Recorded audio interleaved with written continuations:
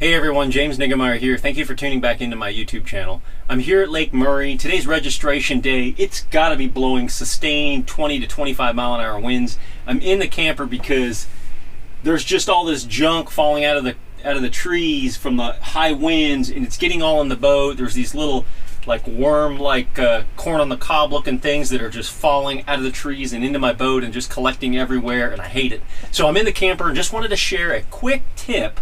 It's kind of a Texas rigging tube secret. At least for me, I just don't hear a lot of people or a lot of pros talk about it. So I wanted to share with you a tube rigging tip, a secret that I think you guys can hook and land more fish, because the tube is a tremendous bait for when I'm visually fishing for bass on beds, but also when I'm just flipping around cover where their fish are most likely exhibiting territorial behavior and or guarding a bed. So I love the tube, gets a lot of bites, specifically when they're not very aggressive, but people say one of the problems with the tube is they lose fish on them.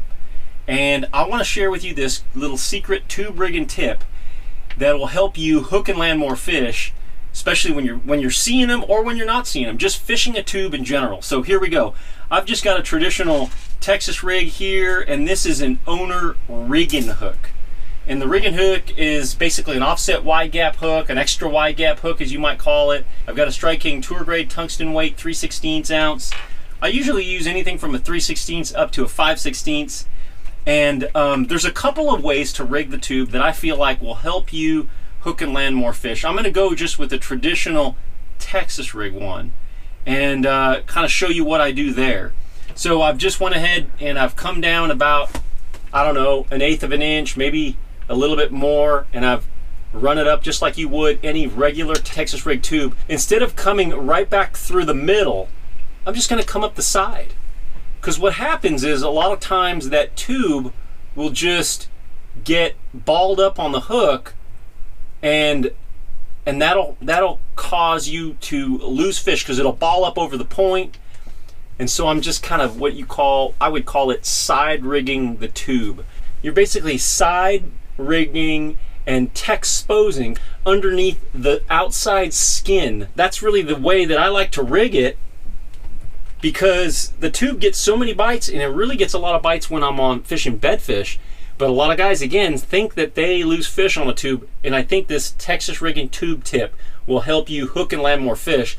Another thing that you can do, some guys do this, this was passed on to me by another Texas angler, a real successful Texas angler, is you just take the tube based upon where the hook would come out of the belly, and I'm just gonna slice it just like that, and so that it only has one membrane or one wall to go through, and that'll help you hook and land more fish. Now again, I am not really burying it into the bait itself or burying it into the plastic. I'm just barely skin hooking it right there. So when the fish bites it, boom, it goes right to point.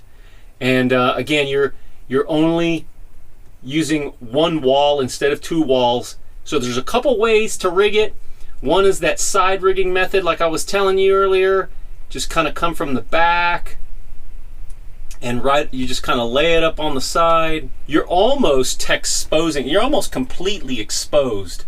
And one of the things that's cool about it is it's kind of semi offset.